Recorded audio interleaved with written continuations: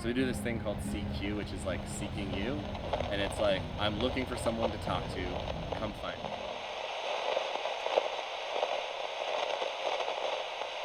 The point and reason, you know, if you want to go to some of the background and the reason of ham radio, is so this, which is connected to that wire, which is in a tree like 2 feet, I can talk to Europe.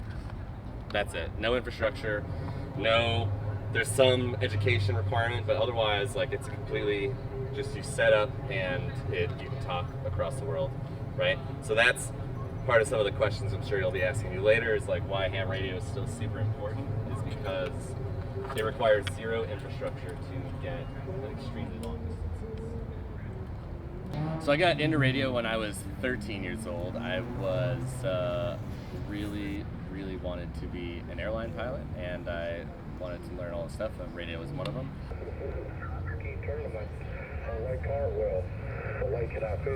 I ended up going to Radio Shack and buying a CB radio and mounting that to a desk in my bedroom and finding an antenna and power supply and all this other stuff, and turned it on, and I spoke on it once because it's terrified. There's this thing called mic fright where you're super afraid. You do all the work, you get the licenses, and then you can't speak when you key the mic. So I talked on it once. I could only hear half of a conversation. I only heard one person talking, not the other person. I said hello, and then I got so afraid I turned it off.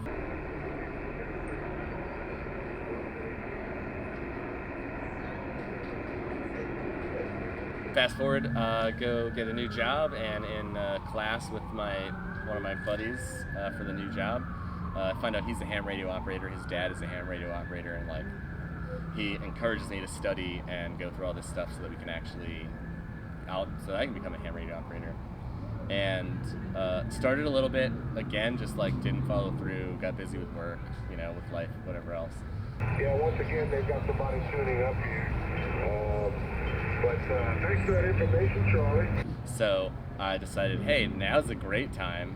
Now that I have all this free time, we can't go out, we can't interact, we can't go, do anything. I'll study for ham radio. So I studied for ham radio, got really into studying for it, learned a ton. And so I got my first license in 2019 around June, and I decided I really wanted to get all of the licenses as fast as I could, so that it's almost like a license more to learn. Once I get it, I'll figure out everything else afterwards. PST. M5 PST. November Whiskey 1 Sierra.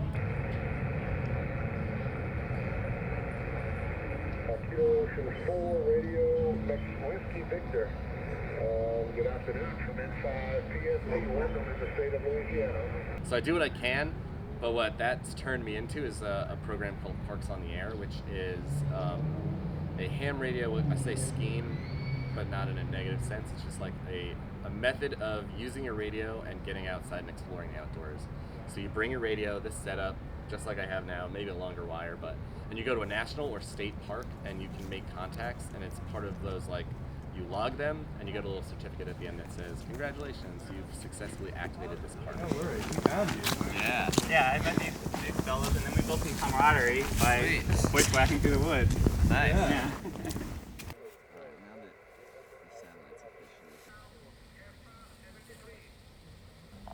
Okay, yep, we're at Blue Hills, 8402, 8402.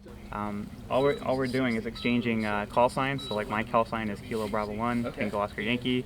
I copy their call sign, and then we send signal reports, and that's all that's required to confirm a contact, that we've established communication between our two radios, and that's what counts for a point. This is Alpha Charlie 1, Juliet Romeo, in Park 8431, 8431. So the subculture of ham radio is similar. It's like, oh, you're on the radio, we're friends automatically, just because you're also a ham radio operator. Roger. This is KB1TOY. I believe that's AC1JR. Oh, KB1TOY. Hello again. Yeah, it is Alpha Charlie 1, Juliet Romeo. We've talked a couple of times in the past. Thank you very much for 5,000 from Vienna. And you are 5 and 9, very strong into Puerto Rico. Thank you very much for the 8,000 kilometers QSO. So now we're going to tune in to see if there's somebody in Puerto Rico. Puerto Rico, Paul. Very nice email. All right. Yeah. Yeah. I worked this guy last week. Did you? Yep. Thank you very much. So yeah, it's more than just talking. You know, it's a friendship. It's exchange of ideas and knowledge. Not everybody is an electrical engineer that gets involved in this and is able to understand exactly what the heck's going on. So that's where you get people that may have that knowledge, and they're more than happy to share it. In ham radio, those people are called Elmers. And anybody that kind of takes you under their wing or shows you something is an Elmer. That's funny. But if you help somebody do something, you're an Elmer.